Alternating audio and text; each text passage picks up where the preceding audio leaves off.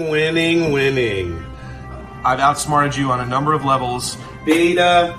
Well, actually, King's not. Beta. That was a hot mess inside a dumpster fire, inside a train wreck. Keep your mouth shut. I'm going to go in there and slap your face. You know, we're going to rise like the Phoenix. And Get in my limousine. Ride on 85. Get in my Learjet. Woo! Welcome to the Asterisk Inclusion Podcast. I've got Nate Gate and Grizz himself talking a little fantasy football action, guys. Whew. It's been a heck of a week, a lot better than the week before. Don't you agree? Oh yeah, lots more points. Can't go wrong with that. Some, a little bit more. Well, for some teams at least. We'll get to naming those guys later. Let's just jump into it, guys. I really wanted to kind of touch base on a team that I never thought I'd mention before in my life as fantasy relevant, and that's the Detroit Lions. I think you guys saw the point bonanza from all the players. I was hoping to get your thoughts on that. Grizz, go ahead. Well, you know, when I was watching the game and I saw the Lions and the Seahawks, awful game. The whole game was terrible in terms of just watching, just fundamentals of football. It was terrible tackling. I mean, every single player in that field, it just, besides Metcalf, I think is, something worthy. I mean, the Lions, like Hodgson's okay, but Swift's okay. And we talked about last week or a couple of days ago, not Javonte Williams, the other Williams that got traded to Oracle. Yeah, and he played well again. I think he had 2 touchdowns, correct? Yeah, I believe so, actually. But, I was watching all the games, and I was getting ready to leave.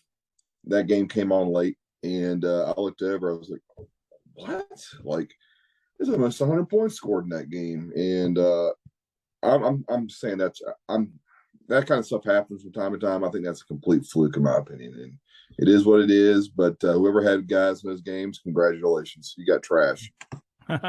Nate Gay, what are your thoughts on this? I got a follow-up question for the Grizz. Would you rather watch that 45-48 complete lack of defensive game, or would you rather watch Panthers and Cardinals again? There's a lot of bad football. I mean, look at the Pittsburgh game, the Jets, game, the Bears, the Giants. There's a lot of bad teams out there. Yeah. And, I mean, it's entertaining to see a high-scoring game, but when you see a game with blown coverages and stuff, I mean, Jared Goff looks like the next coming of Peyton Manning. And I think this is going to blow up in their face eventually. Oh, okay. Nate, what do you think? Yeah, well, I mean, I heard somebody else say, so this is not an original thought, but I mean, you have fantasy gold combination of a decent offensive weapons paired with no defense. So that's a good way to score a lot of points. But I do think you're right, Grizz. I mean, this league has a way of figuring stuff out, and it's not going to go good for the Lions if they can't figure out how to stop the other team from scoring some points. Well, I don't understand how they're scoring points because they didn't really make any huge leaps from last year. They drafted the wide receiver Williams from Alabama, but he's not even playing yet. Not yet. That's crazy. Let's add him to the equation. Like, boom. Maybe they go for 60 next week or whenever he starts playing. Yeah, I think he's got a couple more weeks, but yeah, he's supposed to really add some firepower, and they didn't even have Swift, so if he gets back, I mean, it's not like they don't have weapons, but it's hard for me to trust Goff like for multiple games in a row. I'll say that. They didn't even have Amon-Ra St. Brown either. Right. That was crazy too. So Detroit plays New England and Bill Belichick next week. I bet you they keep them in within 20. I put money on that. Yeah. Well, More important, don't the Panthers get Seattle next week? oh man. Or no. New Orleans, Seattle's New Orleans. New Orleans. Yeah. Carolina, So Texas. start every garbage player you got in New Orleans because they're gonna score. So I, Baker Mayfield getting really close to riding some bench. yeah, he is. Where's Darnold right now? Is he? He's still I think he'll IR? come off the IR in like a week or two. Isn't that awful that we're thinking that he may be playing soon? I Poor mean, Carolina. Panthers are terrible on offense. I mean, Nate, how did C-Mac do? I mean, I'm All not. right, but it was mostly garbage time. He got a touchdown towards the end of the game, but it was already out of reach for the Panthers at that point. Yeah. I mean, he seems like it's bad. It's bad for the Panthers. He seems like the only viable fantasy option for the Panthers right now. Like even DJ Moore is not Right. even. My prediction on him going for 17 plus points came up short. I mean, he had every opportunity to. I mean, he still put up, I think, 12-ish, 12, 13. But yeah, I'll effort that while we're talking. But I mean, if I'm the Panthers at this point, I'm just gonna why not start PJ Walker? Like you're not going to get anything, but it's not like you're getting anything now. Figure out what you got for next year. See if you can go ahead and get first or second draft pick because they're done. yeah, they are right now projected to get the second number 2 overall pick, which give me Bryce Young all day, every day, as long as his shoulder's okay. But yeah, that Panthers are garbage. I will 100% agree. But kind of going back to fantasy a little bit, at least to the league, Oracle. I mean, is this Oracle's year, guys? Like, everything's fallen his way. Absolutely. I mean, it's his to lose at this point. If I were him, I would not get cocky and I would still be making moves. But he just had another week where all of us that are kind of that next tier, Gatos took a big fall this week, got blown out by the drill. LTD made a move, but we're all moving for that like second place spot right now. Oracle is in the driver's seat. Evans looked amazing. We don't even know what Cooper Kupp's going to do tonight. I think they just kicked off. So, Oracle's looking good. I mean, his only weak spot is like Darren Waller at tight end is not doing much this year. So, what do you guys think? That's just my quick reaction on how Oracle's looking for the year. He's looking good right now. And, one thing we need to talk about is the injury to Williams, the running back in Denver. Yep. Oracle has Melvin Gordon. So he just got himself a flex player. And he got that awful trade from the sleeper, which is just, in my opinion, absolutely horrendous.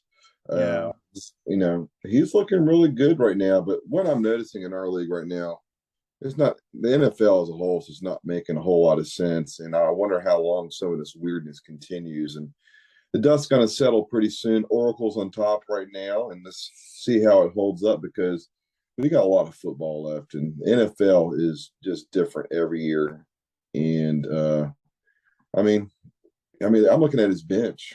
Corey Davis even had 18 points. And he's looking good right now. He didn't have any real concerns, and as long as he continues to stay healthy, I think he's got a real legitimate shot. I mean, I guarantee he'll no matter what, he'll be in the top 3 no matter what. Oh yeah, 100%.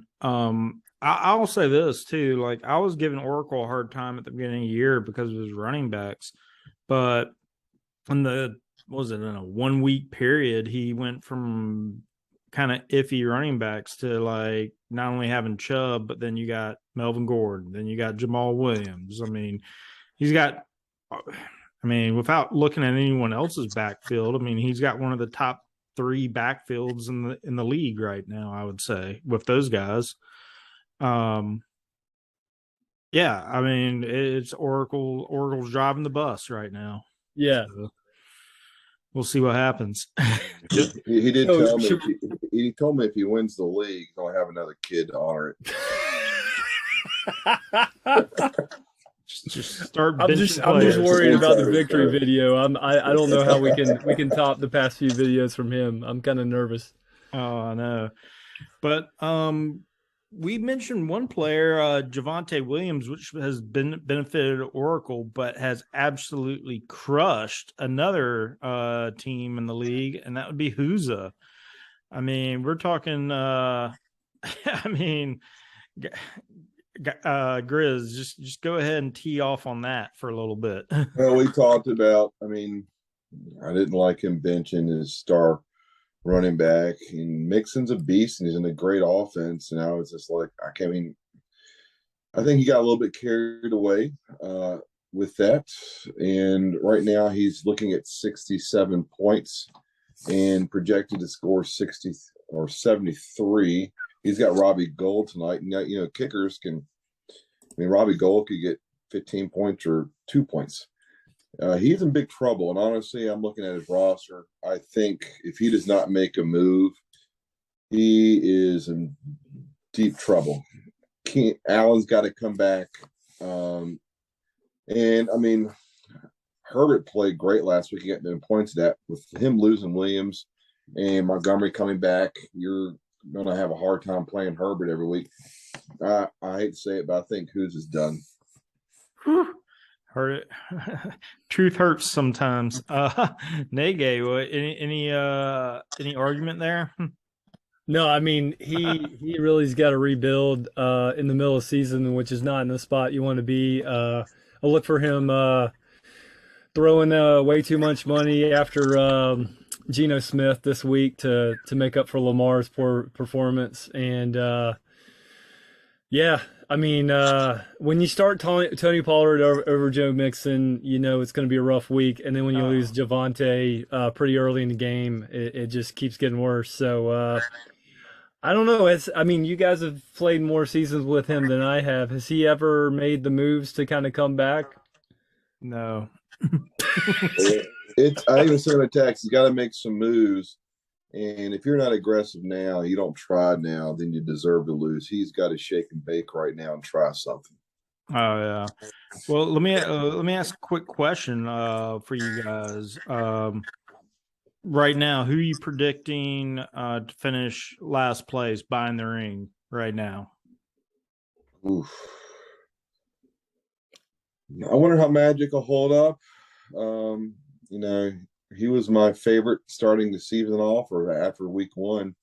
And I think right now, you know, Sleeper, Magic, and Hoosa, they're kind of in a race right now. It's hard to really tell. There's a lot of football left. Tons of football, but some guys are plateauing and some guys are trending downward. Nege, what are your thoughts?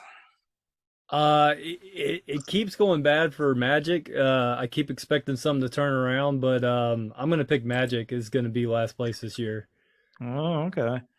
Well, after the recent events, you know, it's weird. I'm not sure what Sleeper's doing. The Jamal Williams trade shocked me. Even, you know, I expect that from some other people in the league, not Sleeper. So I don't know where his head's at. So I'm gonna actually go with Huzzah coming in last behind the ring. Do you think we softened Sleeper up with our trade offers, and then he just he got a little exasperated? And... I mean, I honestly would have given him because I had Swift, I really would have given him almost any receiver besides, you know, that I have, which is all better than Renfro. They're all playing. They're all playing. I know that. I wonder. You have to wonder if Sleeper's already thrown in the towel after that trade because maybe he's like, oh, you know, he's all or nothing. Who knows how he works? Exactly. Well, guys, I'm going to wrap it up, but excellent pod and great having y'all on. We'll try to get together a little bit later this week and talk a little bit about matchups and everything. All right. All right. Well, guys and listeners, just remember, we're right and you're wrong. See you later. Adios. See you.